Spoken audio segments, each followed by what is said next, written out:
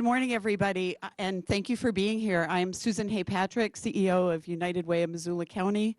It is so great to see so many of you here today. I know how busy everyone's schedules are, so that you are taking this half day to help us focus on improving nutrition in schools. It really means a lot to us. And thank you to our sponsors.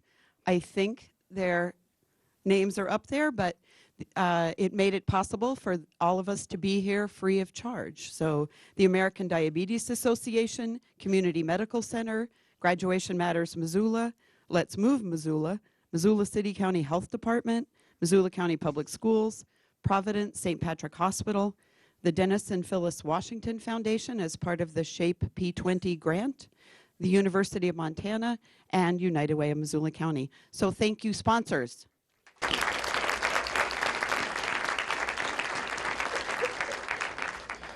So wouldn't it be great if talking about nutrition in schools was an easy, dispassionate conversation, right? But it is fraught with emotion because food is so much a part of who we are and how we live. In our culture, food is inextricably linked to our childhood memories, our holiday celebrations, our family traditions, even our faith traditions. It's how we both celebrate in times of joy and comfort ourselves in times of sorrow. It's how we reward ourselves and how we reward our kids. So for that reason, talking about food is a very emotional conversation. No matter our culture or our lifestyle, food is part of our narrative. It's as American as apple pie. Over the last couple of years, those of us involved in Let's Move Missoula have learned a lot about how good nutrition and physical activity improve academic performance, and even how they improve one's self-esteem and sense of well-being. This is so critical for young people. Our Let's Move work is also very closely tied to our work with Graduation Matters, since health issues, including childhood obesity, affect graduation rates. And a lot of what we've learned at 2 previous summits like this one. So we know that what we're talking about today is so important for kids' well-being. But that doesn't mean we are without our critics. It's important that we hear them. It's important that they hear us so that we can make progress together on improving food in our schools. Progress is a nice word, said Robert Kennedy in one of my favorite quotes, but change is its motivator, and change has its enemies. But I really believe that days like this can transform enemies into allies. Progress will take time. We're not going to do this overnight. But we know that when things happen by intention and by design, through policy, not randomly, we know that we can really move the needle in the right direction on the issues we care about, and that includes promoting good nutrition and healthy lifestyles.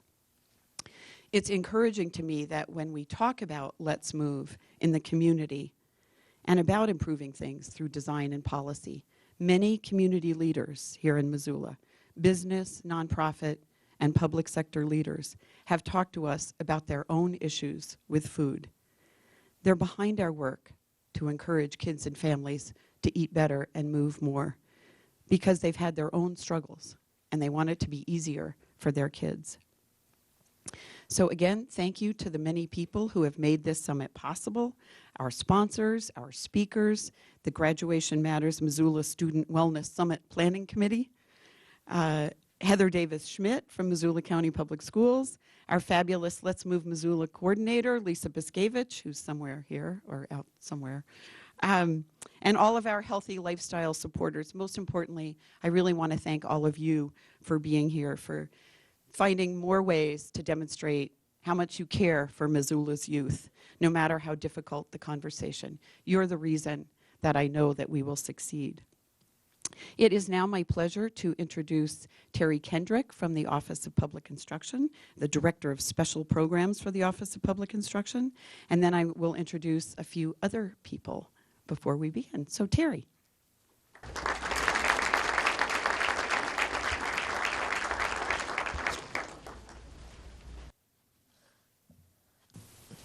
Thank you. It's great to be here. I'm here on behalf of Superintendent Denise Juneau, who wishes she were able to be here with you today.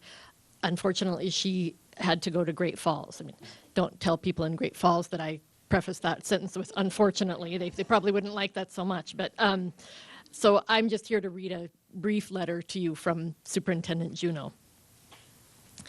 I'm sorry that I cannot be with you today for your important summit. I want to thank the sponsors of this event and the community of Missoula for your commitment to the health and well-being of Missoula's children.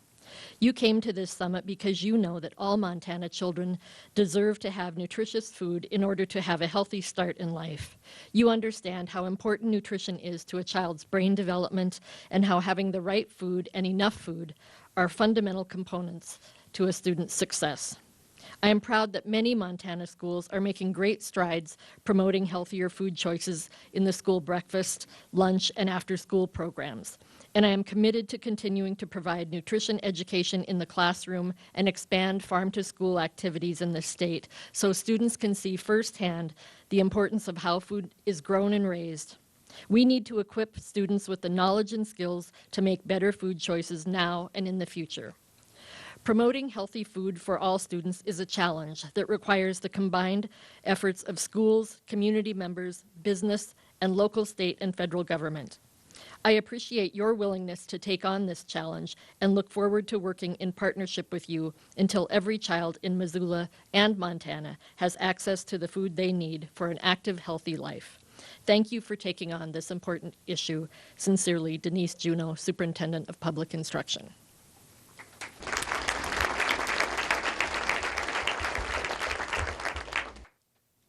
Thanks, Terry. I'm going to introduce both of our speakers whom you'll be hearing from today. One of them was delayed hours at Dulles Airport yesterday, had her flight, there was some equipment problem, then her flight was changed. So she is arriving, instead of yesterday, she's arriving this morning at 10:05 and then will be whisked here to campus. And we will be hearing from her later in the morning, basically as soon as she gets here. And that is Jessica Dones-Black. She's the director of the Kids Safe and Healthful Foods Project, which is a joint initiative of the Pew Charitable Trusts and the Robert Wood Johnson Foundation. She leads research, policy, and advocacy efforts aimed at improving school nutrition. And before she came to Pew, Jessica served as the national director of the Healthy Schools program for the Alliance for a Healthier Generation. She led a team of over 60 people in 37 states who were helping schools make healthy and sustainable changes in their environments, policies, and practices. Her other past work includes directing obesity initiatives for the American Heart Association, managing national nutrition policy for the American Dietetic Association, serving as a health policy fellow for New Mexico Senator Jeff Bingaman, and practicing clinical nutrition at DuPont Hospital for Children. She's a registered dietitian with a bachelor's degree from the University of Wisconsin-Madison and a master's in public health from the University of Maryland. And she lives in Arlington, Virginia with her husband and 4 children. So now you know all about her and you can give her a rousing welcome when she gets here. Having made the trip over from Bozeman safely, we have Katie Bark. She's a licensed nutritionist, registered dietitian, and the project director for the Montana Team Nutrition Program, located in the Department of Health and Human Development at Montana State University. Team Nutrition is the nutrition education and training component for the school nutrition programs of our State Office of Public Instruction. Katie coordinates statewide professional development opportunities to support school staff and community partners in creating healthy nutrition environments. Her work is directed toward planning, preparing, and serving of healthy meals and snacks, recess before lunch scheduling, as well as nutrition education and school wellness policy implementation. She's also working on farm-to-school projects to help connect children to their food source and support local food movements. Katie is an active member of Eat Right Montana Coalition, Montana Action for Healthy Kids Team, Montana Partnership to End Childhood Hunger, and she is president-elect of the Montana Academy of Nutrition and Dietetics. So thank you for being with us today, Katie. We look forward to hearing from you. And now it is my pleasure to introduce Missoula County Public Schools Superintendent Alex Apostle. He's been a strong supporter of Let's Move Missoula ever since the beginning, and of course a strong supporter of Graduation Matters Missoula. These summits would not be possible if Alex hadn't said, let's do it. So please welcome a champion of anything that improves outcomes for kids, Alex Apostle.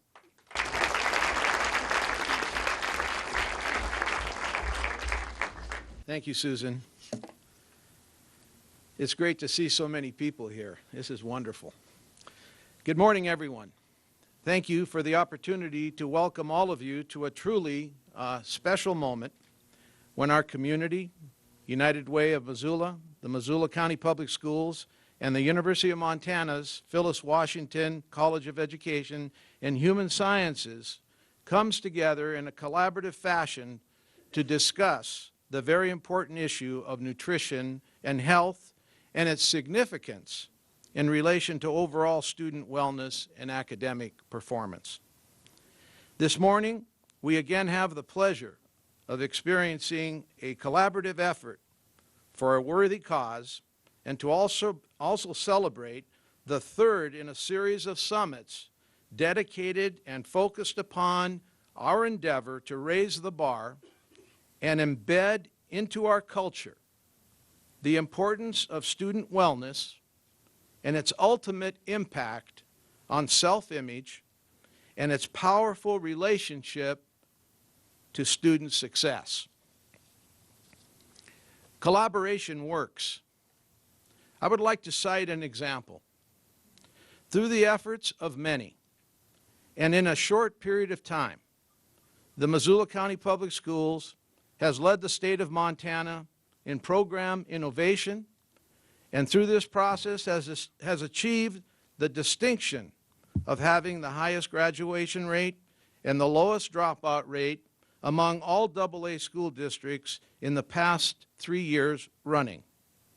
We also increased Native American student graduation to a state-leading 85% in 2013. Thank you. That's almost a 30% increase, again, in a very short period of time. People can make great things happen. I strongly believe that working together to reach a common goal will be a key component in continuing our efforts to impact our desire to improve and maintain student health, not only in Missoula, but throughout the state of Montana and beyond. Working together to improve student wellness can be the magic bullet that challenges the fact that 1,300,000 students drop out of America's high schools every year. 1,300,000 young lives dropping out of our high schools in America.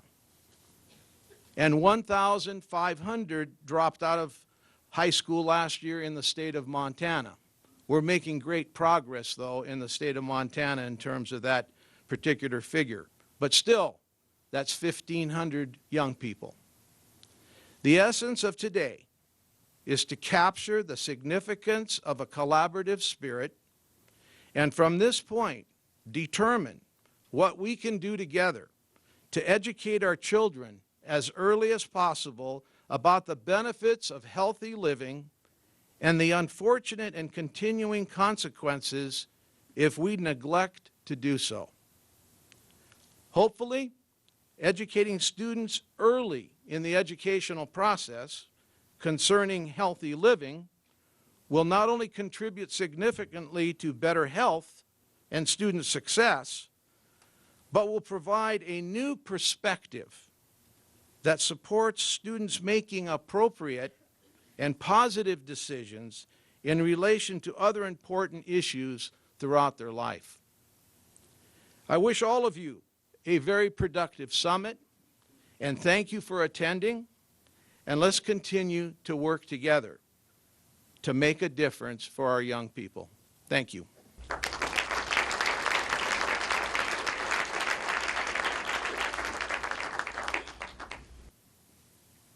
Thank you. I was looking on the bar. Thank you. Good morning, everybody. And I'm just so happy to see so many people here. I mean, I really applaud your community, your school, the community partners, because from my standpoint, this is the dream opportunity. This is exactly what, when we look at the school wellness policy, when we do what team nutrition is all about, that it takes a team of people to really help kids. So I know it's a tough conversation. I'm a parent of two kids with my husband, and we went through some of this through the Bozeman School District back in the early 2000s when my kids were in high school, and they were ready to kill me. But I think, now that they're 26 and 27, they're like, Mom, you were right. They told me that in college. And I'm like, yes, they're finally getting it. But I do think this is where this conversation, we don't want to wait till it's too late. Just like Dr. Apostle said, it's like we're all here to work together on what's best for kids. And so I guess I really just want to applaud you for really taking the time in the summit and working with so many partners to really forge ahead. I mean, we're sort of a frontier state, and I feel like your community is really sort of a frontier in looking and taking steps to really support kids in learning, but support our health and our health of our nation. So I first want to applaud many of your schools in your county through the Bitterroot has really already stepped up to starting to make sustainable changes in your school, nutrition, physical activity, nutrition education, and I want to just recognize these efforts first. Lolo School, back in 2006, was our first school to get a Healthier U.S. School Challenge Award, which if you've ever heard of this award, it's what USDA is trying to promote schools and to give recognition to schools that have met certain standards for nutrition and physical activity and nutrition education. Lolo was our first one. Hellgate Elementary and Middle School last year also received awards, and then 9, all your elementary schools in Missoula County Public Schools did. So really applaud your efforts. And with Montana Team Nutrition and Office of Public Instruction School Nutrition Programs, we came up with a Healthier Montana Menu Challenge Award to really, that's just focused on school menus, because we knew a lot of schools wanted to improve their menus, so we wanted to recognize them. And Lone Rock was our first one to get it in 2007. And then Summers Elementary has gotten it, and Hellgate got it again for breakfast. You choose your meal you want to go for the award.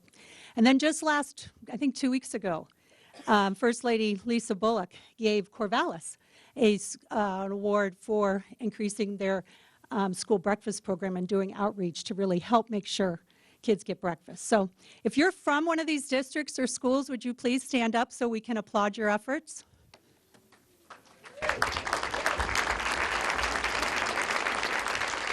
Any students from the schools? I see some students. Okay. Well, thank you for what you've done. I mean, it sounds like you've got plans to continue to really support. Well, I was supposed to follow Jessica Donzie Black, but so I am sort of going to review a few of the things that she was going to talk about, just because I feel like it's so important to recognize that this is one of those looking at nutrition and caring about nutrition and physical activity can help kids learn better and also stay healthy. But I know you as a school districts are really, one of your big outcomes is to make sure kids do well academically.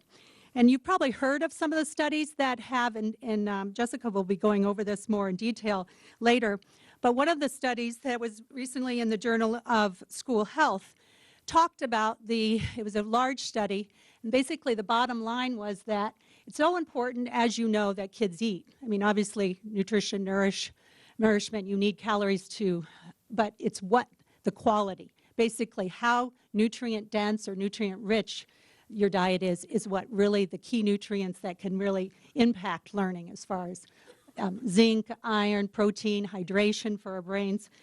Other studies you've probably heard about is school breakfast, and that's why I applaud your district for looking at creative ways of expanding breakfast through breakfast in the classroom, grab-and-go breakfast. breakfast is key to helping kids be able to function.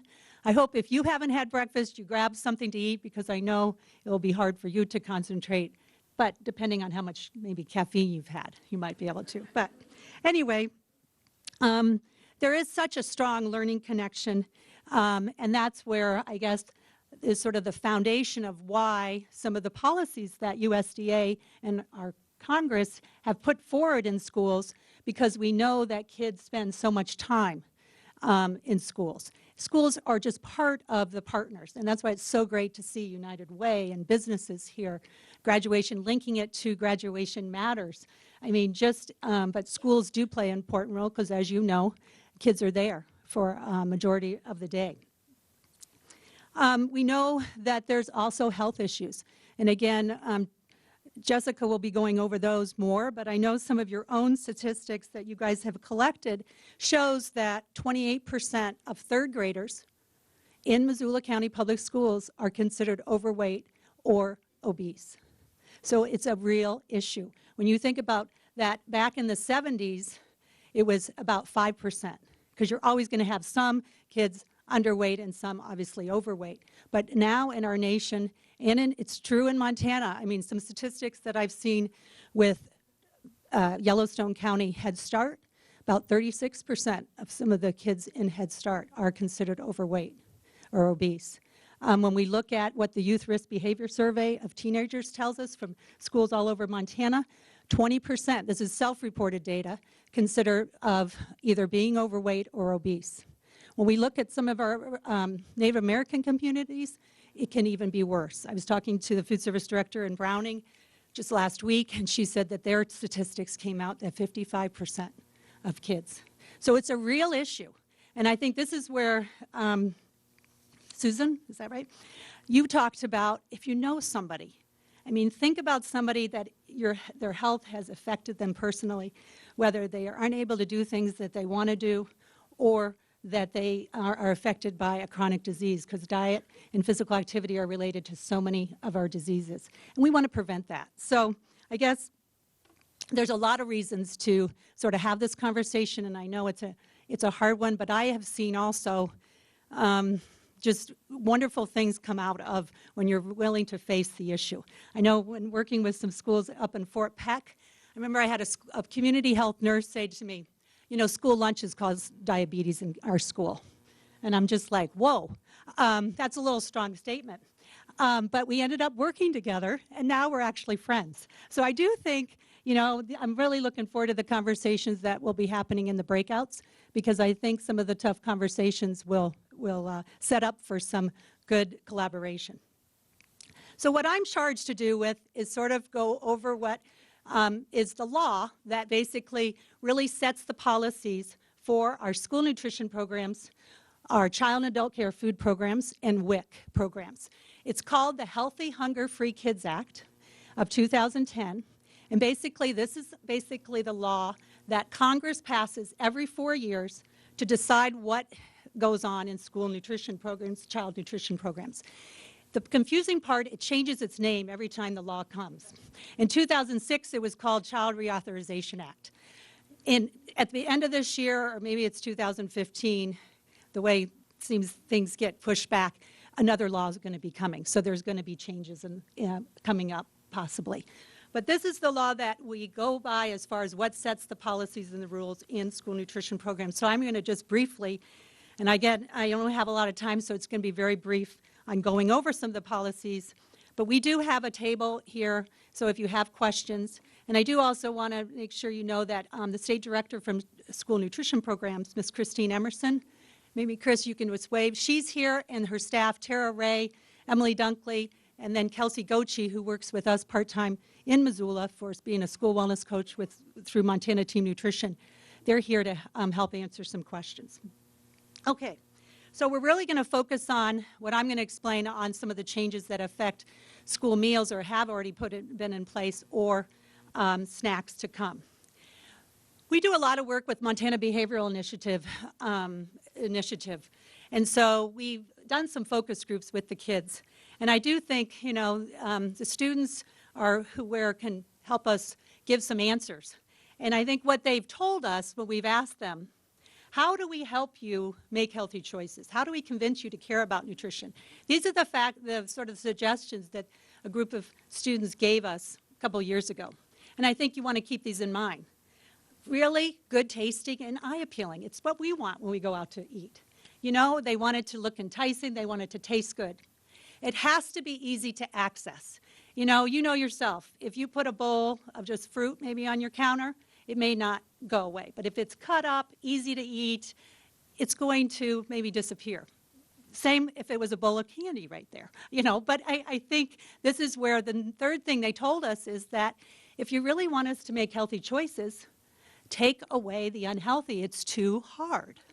Duh, I guess I just think, because think about it yourself. It's like what you were talking about, Susan, with the connections to all of our emotions. I mean, I know when I grew up after church, we got to go get a donut if we were, you know, it was my parents got us to go to church. We'd go for donuts afterwards. And I still, when I see donuts, I have this warm, fuzzy feeling. So it is really hard if you're trying to make healthy choices, it's really the easiest thing to do is to surround yourself with a lot of choices. And then education.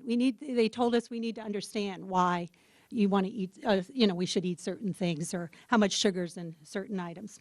So I know schools have worked so hard, especially in their school nutrition programs, to make food enticing and fun. And this is where, again, we wanted to try to expand that beyond the cafeteria and really have a culture of wellness. And that's why it's not only the environment, but what schools, staff, and parents are doing for role modeling.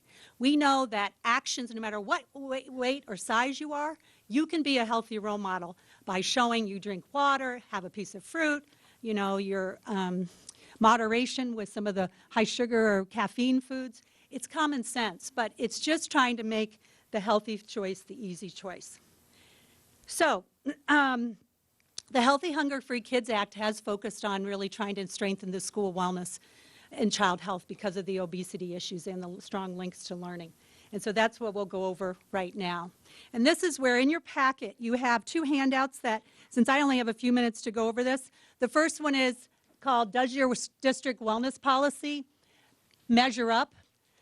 Basically what's in 2010, the new the school wellness policy that was required in the 2006 law got stronger. Basically, your school boards, if you have a school nutrition or breakfast or lunch program, your school board have had to pass a school wellness policy as of 2006. But now the new school wellness policy got a little stronger in encouraging schools not just to pass a policy, but to have a plan and actually put it into action. And so having some goals for nutrition promotion, how you're promoting nutrition education, and physical activity. Nutrition guidelines from all foods that are served, and we'll go over that, what changes have occurred in breakfast and lunch programs, and then next year about the school smart snack policy. Also, a requirement of the school wellness policy is districts need one person at least to be designated to be the person that's going to be responsible for carrying it out. And then again, with the plan on looking at progress and measuring success. And it can be, maybe you look at one thing in a school year. It's not like you have to look at everything, but measuring progress, and then communication with the public, and then stakeholder input, which obviously you're doing today. The other major changes that occurred were to update the nutrition standards for breakfast and lunch. And this is where this has already started, and it's all to make the things consistent with my plate. So to have half your plate, or half the tray, fruits and vegetables with whole grains, lean proteins, and dairy. So trying to really increase the nutrient density, whole foods in the school meal programs. This is the pattern, which is probably maybe more detail than you need. It's more of what school food service needs, but you see that there's portion sizes based on the age of the child that the school's serving. You might have heard, it was terrible, there was a lot of uproar when there were maximums on grains and meats that came out in the beginning. Those maximums are gone. So there'll never be maximum portions. These are minimums, and most schools will serve more than 1 ounce of grain at lunch. It's usually 2 to 3, depending on the age group. Whole grains are emphasized, but we see that schools are being provided with a variety of choices, from hot meals to grab and go to salads, really trying to increase choices to students. The variety of vegetables also has changed. Now they need to have colorful plates as far as a variety of fruits, vegetables, because we know that key nutrients are in a variety of them. So this is, you might have seen this poster. This is a way of showing that offer versus serve is being offered to students so they can actually have a choice. They are offered 5 food groups, but they can select 3 of them. You know, they can select all 5, but basically 3 of the 5, and one of those has to have a half of a cup of fruit or vegetable or a combination of both on the tray when they leave. That is a new rule in the lunch meal. And breakfast also is updated. The other thing that the law did is it put some standards on some of the things that we know we're consuming too much of. As far as saturated fat, trans fats, there's standards for that. Next year we'll be looking at sodium levels. And then there is a caloric range, making sure that kids are getting adequate calories for growth, but not excessive in the school meals. So you see a lot of different varieties of ways to serve lunch. Breakfast, like I said, is also been changed to include more whole grains, fruits and vegetables, lean proteins, you know, and have, because breakfast we know is so important. So we know that food, unless it's eaten, it's not nutritious. And that's where I think we're going to start working on what's called smarter lunchroom concepts. If any marketing students are in the audience, looking at behavioral economics. It's basically how to nudge people to make healthy choices without restrictions. It's all about how you set up the line. So we're going to be looking at that. But the other thing that I guess I feel like people need to pay attention to, especially now that there's more, we call more crunch time needed, because more fruits and vegetables, is the time that kids have to eat. That continues to be a struggle, because we find that a lot of times kids don't have enough time. And I know that's a whole nother conversation with schedules, but that's why some of your schools, I know, were the first schools to look at recess before lunch, to really try to help give kids more time to eat in a more comfortable cafeteria, to be able to relax and have some downtime.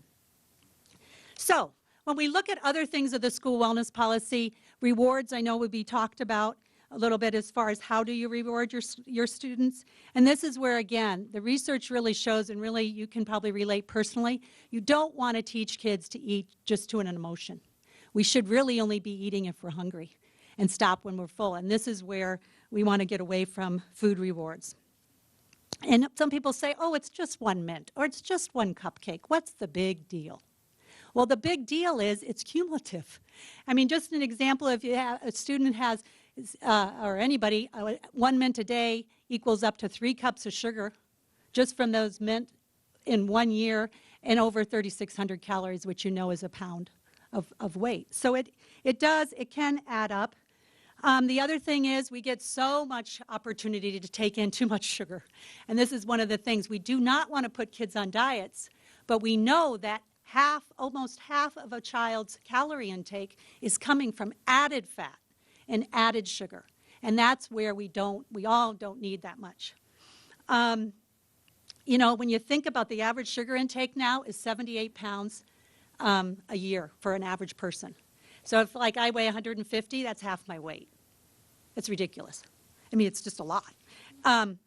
So that's where, and I think, too, the other thing is when you have a high sugar food, especially by itself, whether it be a drink or be something like candy, your blood sugar goes up, but then it can come down if it doesn't have any protein or fat also, and that's when you can start feeling tired, headaches, and that's where it can, again, impact learning.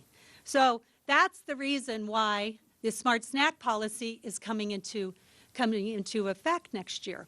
The other reason is, what are the confusing or conflicting messages we're giving to kids when we say, nutrition's so important, we're making all these changes in the lunchroom, but then you walk outside and you can get as much sugar as you want. Or you go to the health enhancement class and you learn the importance of cardiovascular, health and nutrition and everything, but then, it's mixed messages. So that's where I think the smart snack policy, which is going to be going in next year, It's called the Smart Snack Policy. It's a gradual implementation. I know OPI wants to stress that you start working on it next year. You don't need to be at the standards beginning of next school year. You have time. But it's basically going to establish nutrition standards for all foods sold in the schools. And this is where you do have a Smart Snack 4-page handout you can look at. But it does affect vending, foods served in vending, student stores, fundraising that happens during the day, not fundraising that's happening outside the school day. The school day is defined as midnight to 30 minutes after the bell. What is not affected is obviously what parents send, lunches, brought from home, classroom parties, sports concessions. That stuff, unless your wellness policy takes that on, which could be is part of your wellness policy, but this Smart Snack Policy is not going to be affecting it. But if you look in the brochure, it's basically, again, another opportunity to teach and really select foods and sell foods in schools that are part of the My Plate. It's a fruit or a vegetable, whole grain, proteins, low-fat dairy. Calories usually are 200 calories or less.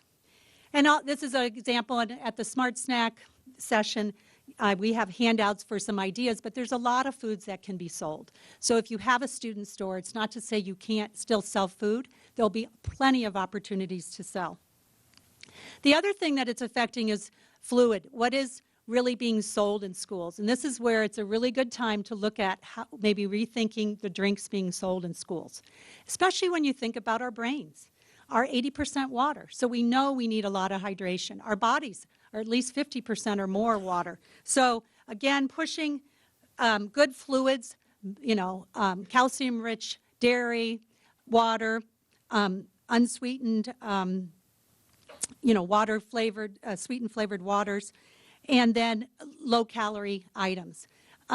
Just to, again, because we can get so many calories from beverages. This is more for adults. This is where you can see that if you don't pay attention to your beverages, you can take in about 1,400 calories just from drinks. And the impact of when you have a drink between a meal, your body doesn't recognize it, and so a lot of times you're not going to eat less. So that's why you really need to pay attention to fluid intake, where if you do try to take some more water, cut portions of sweetened like juice, you can have a variety of nutrient-rich beverages, but not so many calories. Some of the solutions that Montana schools have come up with, and you'll be probably talking about this more in the breakouts, so I won't go into it, but we're seeing hydration stations. I'm sure they have them here at U of M.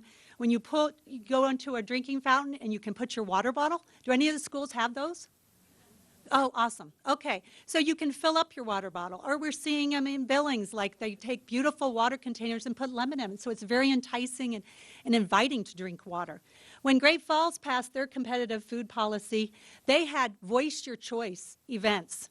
Students got to come and choose and really taste the foods that they wanted to see in their a la carte programs or vending machines or student stores. So again, through partnerships with student groups, I'm sure the marketing clubs can come up with such creative ideas. Parents are doing fundraising. I know Hellgate is having their big fundraiser, I think Healthy tonight, but I think this is where there's a lot of different solutions that Montana schools have come up with. The other thing that this Healthy Hunger Free Kids Act is supporting is Farm to School, which Farm to School is basically, again, just trying to connect kids to their food source so they know about food, more apt to eat it if they grow it, and they know also the environmental impacts. But there's grants available, nutrition ed curriculum, and recipe books, so there's a lot of support. We at the Montana Team Nutrition and School Nutrition Programs can provide assistance. This is what we do. We do have a mini grant available to a district that the district can apply up to $2,000. We have this information at our table, so if you want to come by at one of the breaks, if you're interested in the grant application, it's out, and it's just due on the 14th of March. You have so many partners in this room, from Food Corps to Eat Smart Coalition to everybody, so I know there's a lot of help there. So in summary, best practices do include keeping wellness alive through having a district-level wellness community, But the biggest thing we find is one of the tips for success is having school wellness champions at the different schools. A parent, a principal, a teacher, so people can really do things what they need in their own schools. And starting small, again. You know, you are in such a good track. Your schools and community have started working on this, but maybe it's looking at one thing. So again, there's a lot of support, and just know that, you know, by working together, we can do amazing things. So thank you very much for your attention, and I look forward to continuing the conversation with you. Thank you.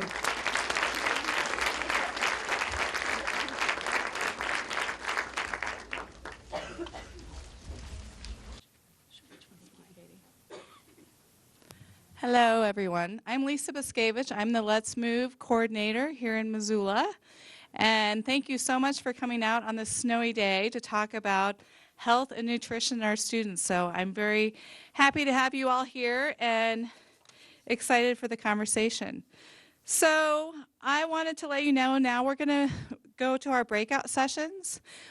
I'm Linda Simon. I'm the facilitator assigned to this group, and this is school stores and concessions. So if you think you need to be somewhere else, is everyone planning on being at this particular one? Good, okay. All right, so, okay, I'm so excited to have you guys here. This will be some good conversations, I think. So we're gonna go ahead and start, and so the first thing, does everyone have a pen and paper that you can use the back of your paper? So that might be the first thing. Does everyone have a pen? Yeah, there's one in your bags. So there you go. You do have pen and paper. So just use the back side of some paper. So what I want you to think about, and we're not going to break up into groups yet. I want you just to think about these questions. Before you write things down, just take 20 seconds to kind of think about what the questions really mean, or what your answers are.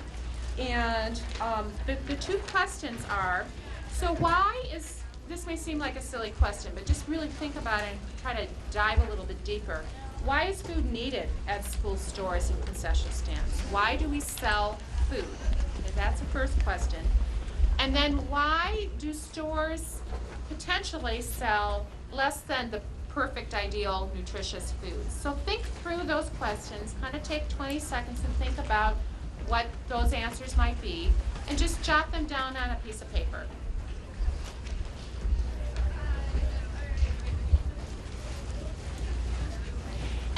And you might also be thinking about what are, along with that, well, why do schools serve less than perfect, nutritious foods? I guess the opposite, the flip of that question would be is, what are the barriers of serving nutritious food? So it can work both ways there.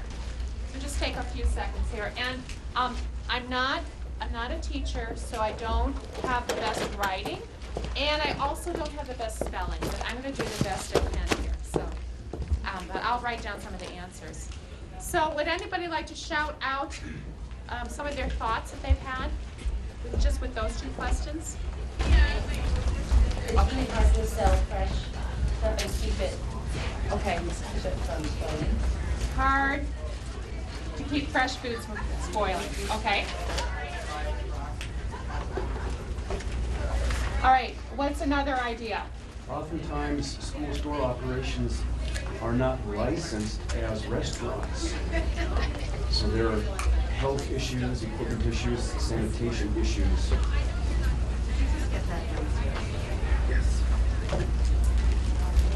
Okay. Other, oh, that's a misspelling. That didn't help. Okay. Another one. Well, the sad reality is what people will buy. People won't buy healthy. Is that the same thing? Kind of, yeah. They're less likely. People less likely to. Less likely to die with their. Wasn't your question about why do we sell food at all? Yeah, that's one of the questions. Why do we sell food at all? So let's, anybody have those answers? Why do we sell food at schools' concessions?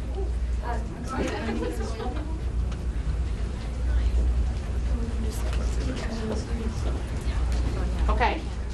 I think another reason in the school versus going out and purchasing those things elsewhere and going off campus.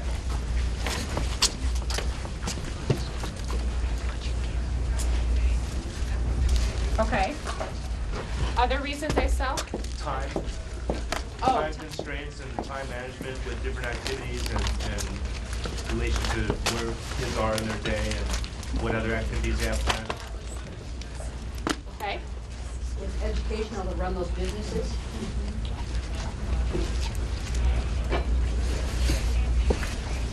Okay. Probably don't want to be checking all their containers. Explain that just a little bit more. I'm not quite sure. If we restricted them from getting it in the schools, would we then be forced to check all containers that are brought in? Okay. Does that make sense? Yeah, I don't know We don't check that. now, but I mean. Yeah, I don't think the, any of the standards would apply to kids bringing in their own foods. Am I right on that? That's correct, okay. Okay. Or beverages, I think maybe there's more to the point, Oh, you know, or okay. containers, juices, something else. Something else. Oh, okay. I get it. So what you're saying is if kids can't buy beverages in the schools, they might bring in their own, and their own may have other ingredients mixed into them, like alcohol. Is that what you're, is that what I'm, High school level, sorry. I'll just say contraband. Okay. That's an interesting thing. Okay, why else? I think that, especially the DECA store at Sentinel, and congratulations to the DECA kudos that they received at state, to give kids an opportunity to run a business. Right, okay. Oh, did we already have that? Yeah, education to run a business, so, I okay. think that was a really good idea though, Mary. So one thing, just to add on, when the lady said money for schools, I guess I would like to take that a step further. It's not for schools, it's for kids that, for programs that the school doesn't fund. So it doesn't go back to salaries in the buildings, it goes to programs that otherwise would not exist, because the schools don't fund them, or can't, not for lack of wanting.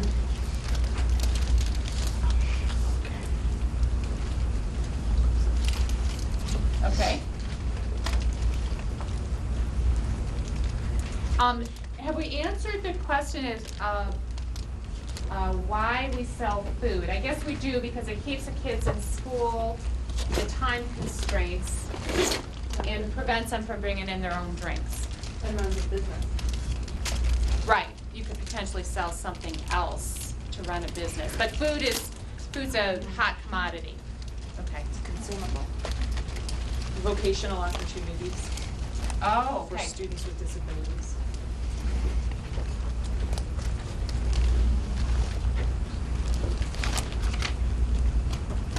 Again, that's why you have a business. That's not necessarily why it's food-based. We have a vocational program at Big Sky that's a thrift store.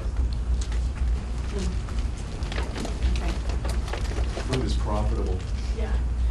Food is profitable. and it's renewable. Food is profitable and renewable. And could you explain what you mean by renewable? Meaning that although store operations can and do sell non-food items, any given student is only going to buy so many sweatshirts or whatever, and yet food is a need that generates. The turnaround is always there. Yeah, it's consumable. And so, although stores can and do sell other options that are non-food in nature, they tend to not be nearly as profitable. Home food's cheaper. Yeah. Food is cheaper than So an you wouldn't item? spend $20 on a sweatshirt, or a kid wouldn't, I wouldn't. I would rather spend it on food. Thank you.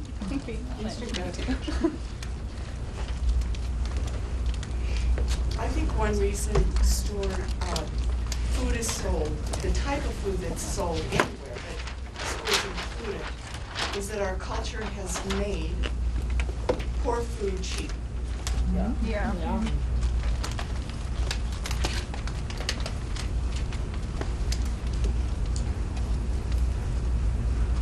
Okay, other ideas?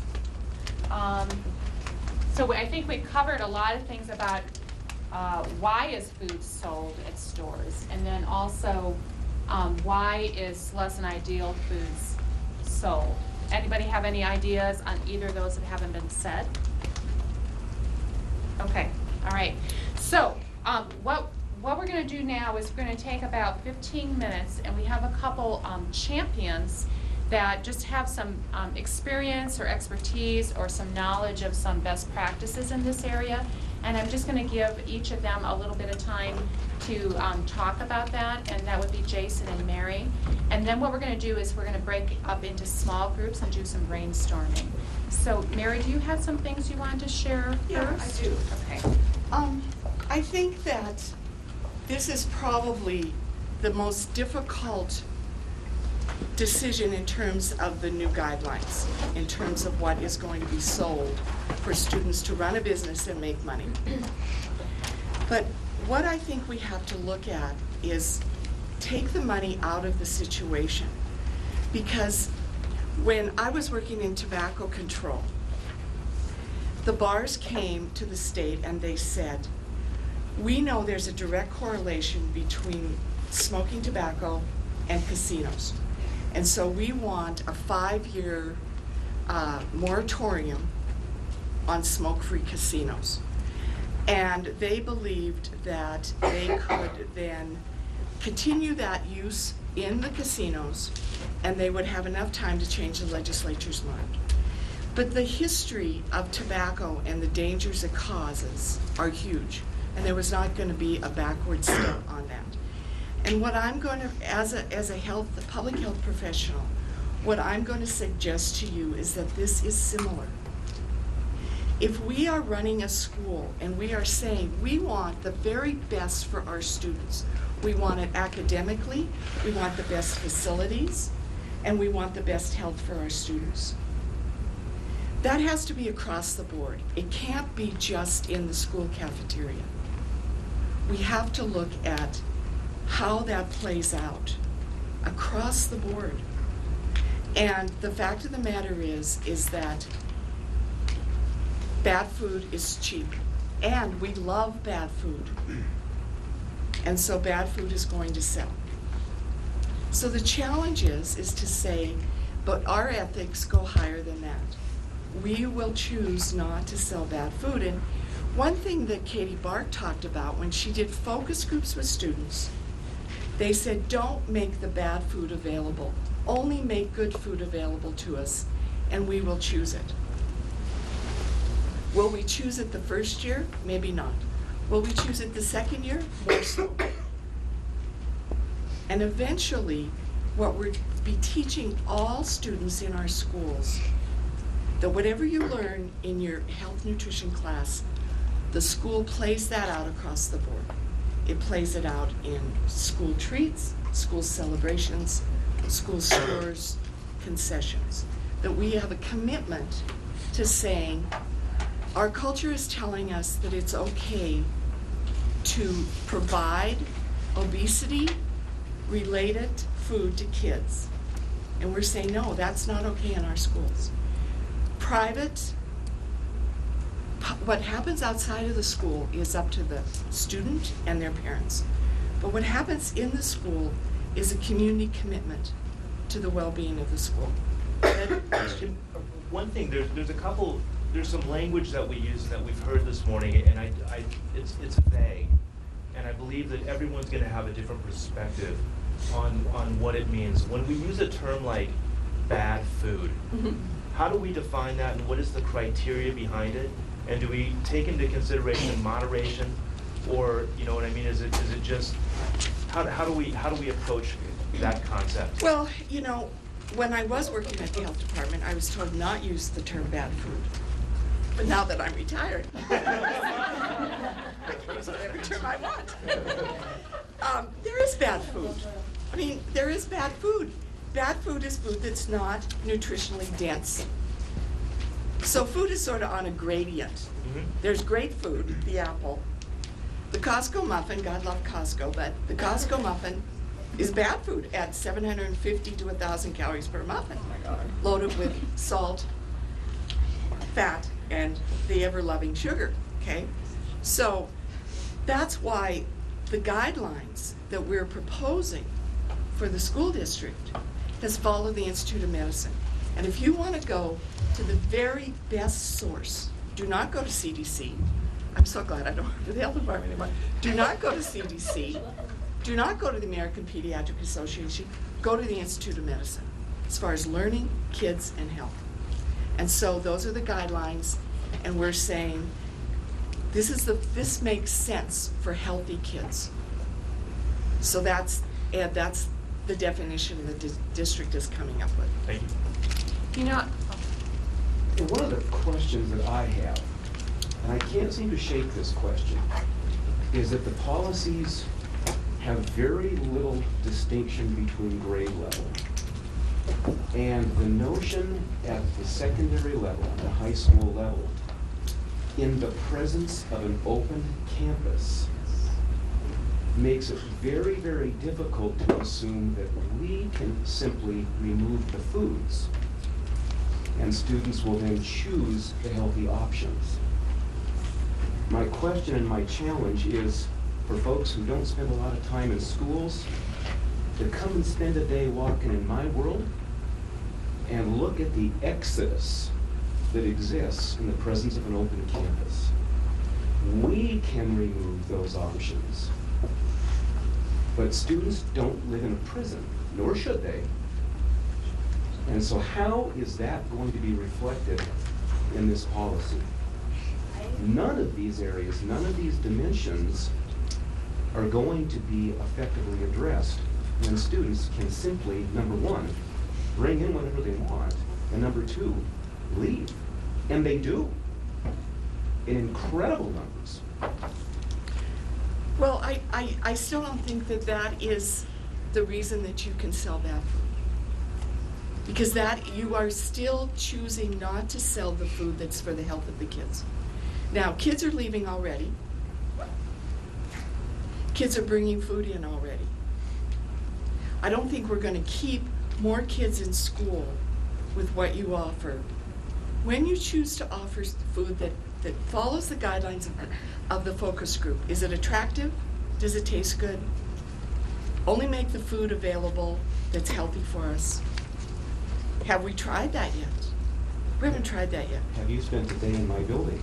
I have, yes. Please come and spend a day with me. The big part to that, and I go to see schools all over the state of Montana, I work for the Office of Public Instruction, is marketing. You know, you can provide healthy snack options, you can provide healthy vending, but if kids don't know what's there, they're not going to go. And if Subway and McDonald's are marketing to them, hey, come eat this meal for $1.99, and you're not telling them that, hey, a free meal is available in the cafeteria, or an apple is available for 25 cents here, they're going to go to McDonald's because that's who markets to them.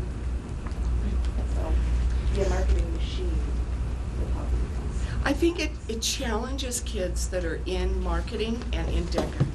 If this is a challenge for you, I'm not saying this is easy. I'm saying take the gauntlet, take the challenge, and try to make the same amount of money you've made, which I know you've been extremely successful. And kudos to you. But do it within the guideline of the healthy choice is the easy choice and ethically the best choice for what happens at the school. We will not change this social norm. We will not change the social norm of overeating, eating the wrong foods, unless we all do our part to work on that. Because this culture, the DECA school, the DECA programs haven't made kids obese, and the schools haven't made kids obese, and parents haven't made kids obese. Our culture and how we've marketed food, made food, and kept good food from being accessible and inexpensive. That's what's made kids obese. I guess my question is, and it's not really about the policies, but you know, most science really relates to that around 12 to 13 is when your core choices and not much changes from there. And so, I mean, I understand the ethical issues, but at what point are we not allowing young adults to be young adults and make their choices? I mean, if, you know, for example, in our household, and you can tell me later, bad or good, but we talk about healthy and unhealthy choices. We talk about Unhealthy Friday. This is a choice we're making. This is why we're making this choice. This is why we're eating this. And so when you remove all choices, I also feel like you're not giving teenagers credit for that they can make those choices. And when you say leave campus, we don't have room for you. And when you say we now don't have enough time for as much PE, and we don't have enough time for the great exercise in between classes, I just, when do we get to hear their say versus adults having to make decisions for them because they're not quite adults yet? Well, I think, Brenda, you make a good point, but what we know about obesity is that our third grade level is 28% overweight, 12% obese. Right. If we were to do 9th grade, 11th grade, and 12th grade, we would see those rates increase. Absolutely. Nationally, that's happening. Absolutely.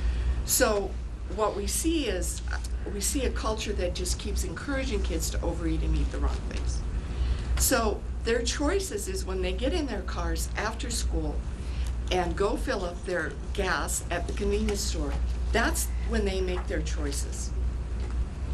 But in the school, we have to provide, the healthy choice has to be the easy choice. We're going to be, we're going to be able to go into small groups. I think a lot of you have some great ideas. One of the things that you're going to be doing in the small groups is be looking at this draft policy procedures.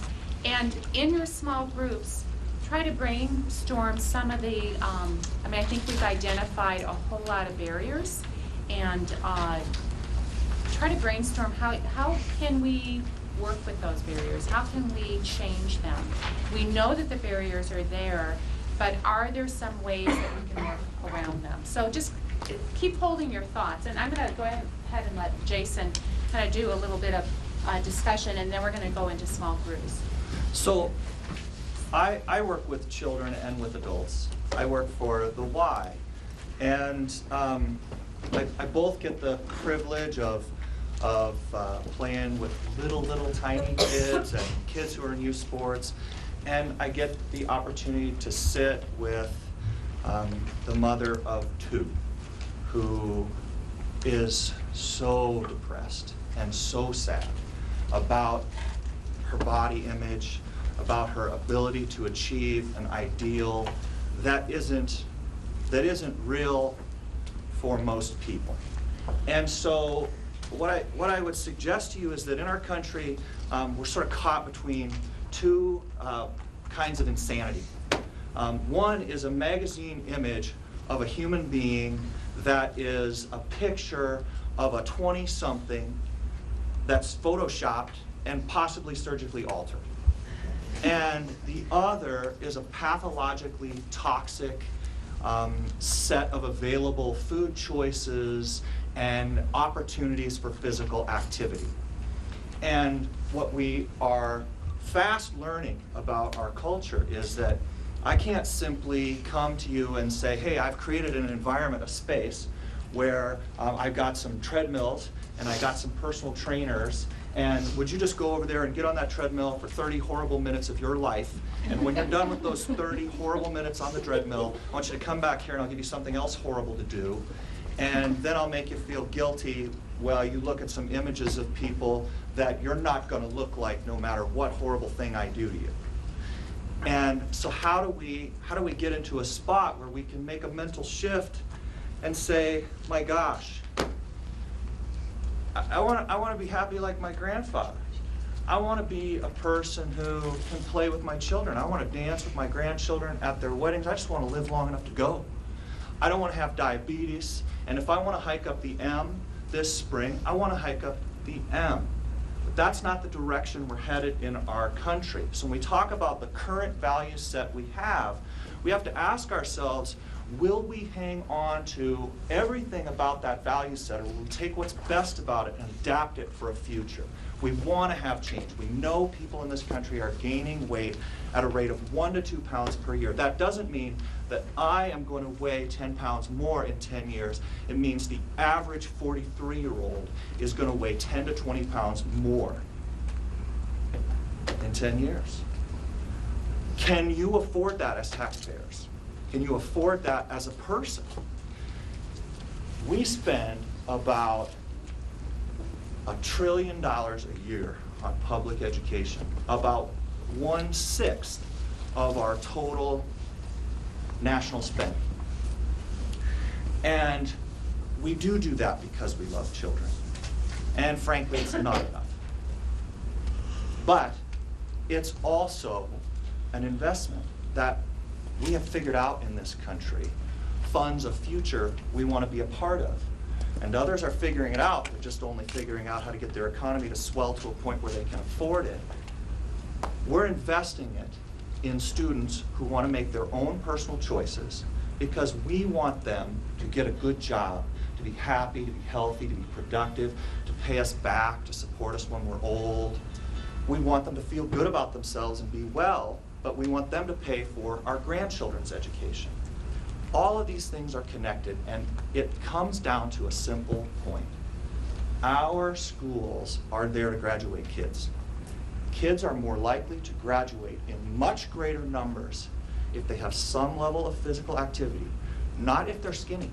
That does not have anything to do with it. Not if they look good. No, just they've got blood going to their brain is watered, it has some nutrients in it. And the last thing I'll say is that when we look at people, when we look at our own YMCA and we think, oh gosh, all the things that are wrong with it, even all the things that are right with it. But I know if I put a vending machine in the lobby with Snickers bars in it, that's right outside of our child care, that our Special Olympics athletes on their way to the gym are going to throw themselves up against it and have a behavioral episode. That our children, as they leave the drop-in, mom's going to come down after struggling so hard to put in that exercise, and she's going to collect her kids out of that child watch, and they are going to throw themselves against that machine. And in that moment, this person with resolve, with a choice to make, with a future that they're looking for, is going to have a screaming child, and they themselves are going to see the glow of easy to process, easy to digest, easy to turn into fat calories. And they're going to cave. Not all the time, but I promise you this is a truth. If I take a person with great resolve who has ever struggled in their life to maintain a healthy lifestyle, that's 75 to 80% of the US population, and I surround them in a room of candy and donuts, I give the best of them an hour. They will cave. They will cave. They all cave. And so, built environments work. Built environments work. If I'm a struggling smoker, to Mary's point, and I go to the restaurant and they allow smoking, it's harder to quit. It was so hard for my dad to quit. But when there was no smoking anywhere, it gets a little easier. Not that it isn't physically painful, and not that I didn't want to not talk to him for a year, but eventually you can quit. And so lifestyle change comes when we create environments that derail us as seldom as possible. We still have choices, but let's remember, we don't become adults and then live with infinite free choices. We become adults and we still have to go to the restaurant where smoking is not legal. We still have to wear a seatbelt in the car, whether we want to or not. The school is there to graduate kids, and we got to come up with a plan that respects the fact that DECA kids are among the best and brightest. That one day, many of Missoula's kids will get a job because a DECA kid started a business. How do we create something with synergy that allows DECA's kids and others and vending to support higher graduation rates, but not at the expense of everything else? And believe me, Y members can walk out the door and go anywhere, but but it's the things that we put in their path that derail them that make them mad at us. And so when you're a kid, and we put things in your path to derail you, it's not like you had to go out of your way on some circuitous route, spend money on gas, take a car, get with your friends, and make a poor choice. We put it right in your path. Then are we meeting the taxpayers' expectation that we're going to graduate more kids and have a healthier, more productive country? Okay, all right, we're going to be breaking into small groups, so I'm going to give the instructions first, and then we'll do a count off. And what we're going to do is we're going to divide into small groups of 4. There'll be about 10 groups. Well, yeah, we're going to count by 10, so there'll be 10 groups. I'm going to go around just a little bit late as you are in your groups and give you each a piece of paper and a marker to write down your thoughts. Okay, so I'll get you your papers. So what you're going to be doing is you're going to be brainstorming, talking in your group, possible activities and solutions beyond what we've been talking about. Are there some other things that you can think of in your small groups of how you can increase optimal nutrition in the school community? And of course, we're talking about school concessions and school stores. So how could nutrition be optimized in the school? After that, we're going to share it in a big group just briefly, and then you're going to be walking around and actually kind of putting down your favorite. We'll have a way of indicating what your favorites are. We've gone a little bit over, so I want to take about 20 minutes in the small group, so just a little bit less than what we had planned. And so what we're going to do is we're going to start counting 1 right here. You're floating. Okay, we're going to start counting 1 right here loudly.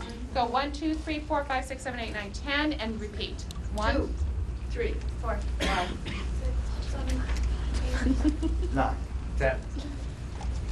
1,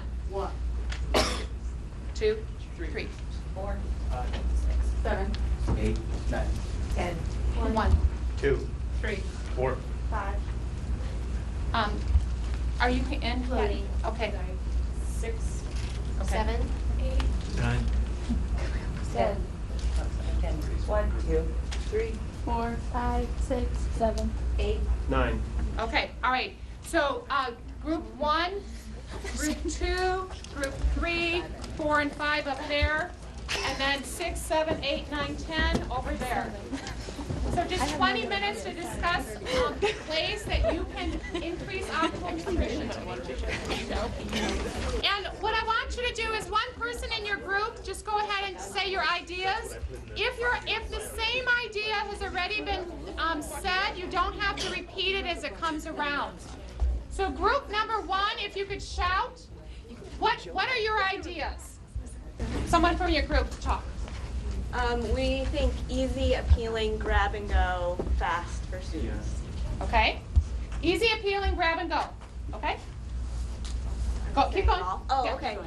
We think thinking outside the box, maybe instead of things like coffee carts or things, you can think of smoothies or fruit salad bars, or trying to just really think outside the box and create things that are different and new.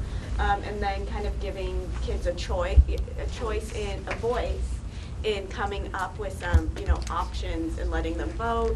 And then,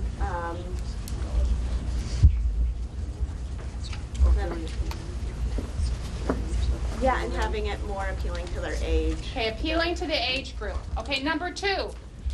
We said develop a business plan. We talked a lot about marketing and how to market healthy food and how the kids can market it. So have a taste testing, that kind of thing, or have other clubs kind of buy in to share the passion of the plan, to say this is good stuff. That's including more than just one group. Okay. Number 3, and again, you don't have to repeat something if something's been said. Go ahead. We could keep going. We thought teachers should role model. They should be bringing sodas and donuts and whatnot into the classroom. They should not. I think we already said make it affordable. Build in incentives, mandate the suppliers, restrict fast food restaurants or establishments within, we thought, 2 miles of schools. Okay, so government policy there. Okay. Make the transition gradual so kids don't notice. collaborate with healthy local community vendors. School schedule shouldn't sabotage dinner hour, and if so, should provide healthy options as opposed to pizza every night. And the last mention was of interactive food preps so that they can choose what goes on their food and have it more hands-on. Okay, number 4. I thought about kind of changing up the way the whole lunch schedule works at schools. One way is to provide shorter lunch periods or multiple lunch periods to accommodate more students within the buildings themselves. Also, I think one of the bigger challenges we have is improving the facilities for preparation of school meals and availability and access for kids. So I think time is one of the big reasons kids do other things rather than participate in a school lunch program or a healthier program, because they have a limited amount of time to get in and out. Often facilities have limited equipment or limited capability to produce some of the things, so we're all kind of handcuffed to some of those challenges. Okay. Number 5. I think really the only new ones we have are maybe separating out. And, this is not a DECA versus the world thing here. We have other situations like Special Olympics that sell candy. They're not a curricular area. We have to be willing to commit, basically, to funding the things that we're passionate about. And also, just get at the root of the store. We're talking about trying to make a school store healthier. We thought maybe it might be wiser to look at how we run a school store and perhaps a more 21st century approach that rather the general store, maybe we're online. Maybe we start to embark on some new types of stores rather than the traditional. But at the same time, we recognize that DECA and Special Olympics and other programs have a really built-in fundraising machine that, clearly they don't want to have to lose that. All right, number 6. Okay, so we were talking about healthier options in the lunchroom because students don't always want to eat the stuff that they have because it's like greasy or just really bad for you. And look at other smaller school districts like Sealy or Lolo that really think out of the box and have better like food options that students want to eat, and also thinking of having something different instead of just having the same thing every day except for the main part of the meal, and like having a healthier snack of the day or a healthier treat of the day, kind of, which might be better so kids will actually want to go and try something different. Number 7.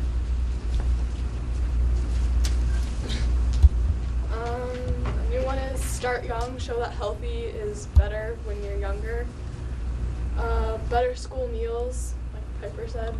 And then items available for after-school activities, so we have more availability, I guess, for sports or robotics. So increase the number of items, or do what? Just have healthy vending machines available, and keep spots to keep talking. And the concession that has healthier stuff available, and any school store that has something available for it. Pretty much anything that will keep something healthy, so kids like me that have to go to an after-school activity or something can go grab something to eat because we get hungry during the day. Okay. All right, number 8. These ideas take a little different tack. As educators, perhaps we should put a greater emphasis on education as opposed to legislation. Legislation is easy. Educating about rights versus responsibilities and choices versus consequences is hard. But as educators, we have that obligation.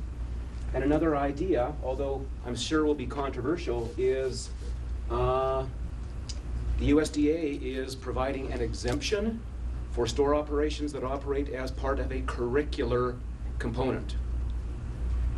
So that's an idea. How about exempting from whatever policy is implemented school stores that operate as part of a content area? Okay. All right, number 9. We have, real quick, okay, we need kind of clarification because with the health department, the nutritionists are saying this is what we should be doing, but sanitation is coming in and restricting us.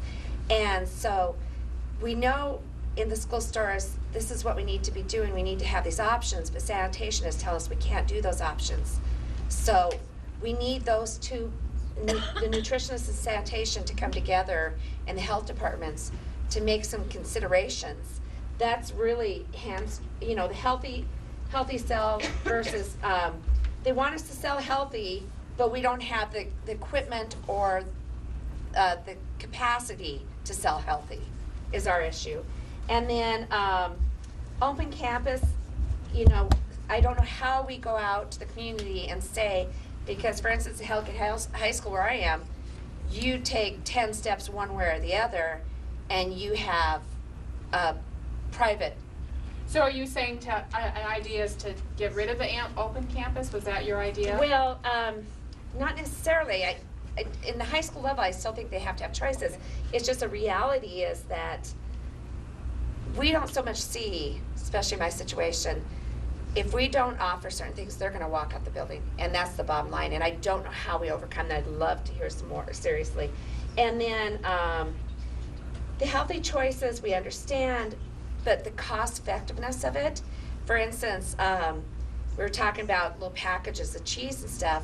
When we have certain poverty levels within our schools, I know the goldfish, you guys had a picture of the goldfish up on your screen as a healthy option, but it doesn't meet your sodium standards, so that kind of throws a crink in it.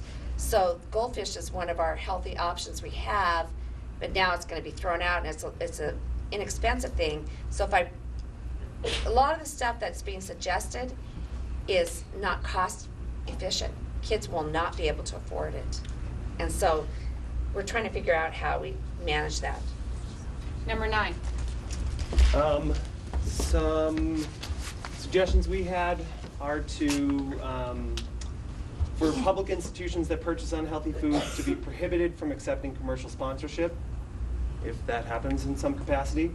We were talking about working with existing Missoula food businesses to develop experiential food education for students involved in school stores. Increase opportunities to allow for student-prepared products with increased opportunities for ServSafe certification and collaboration with food service. And then also community investment in healthy food processing capacity. So increasing the processing capacity by buying healthy food processing equipment and paying for labor. And I just want to point out that I think another thing that comes up in these discussions is about the cost of healthy or unhealthy food. And I would say that it's true that there are a lot of healthy foods out there that are expensive, more expensive than could be available for low-income families. But there are also lots of healthy foods that are very cost effective. And food service knows that we buy thousands and thousands of pounds of apples and pears and broccoli for very cheap. One of my personal proposals is to actually keep kids in school all day and actually enforce bedtimes earlier. I think this would enhance students' ability to choose for themselves, and their ability to eat and to portion out, a breakfast and a lunch and a dinner for them, to make sure that they don't have the opportunity to make the wrong choice. I think, if we told everyone exactly what they should be eating for breakfast and for lunch and for dinner, I think we would increase the nutritional capabilities of our students.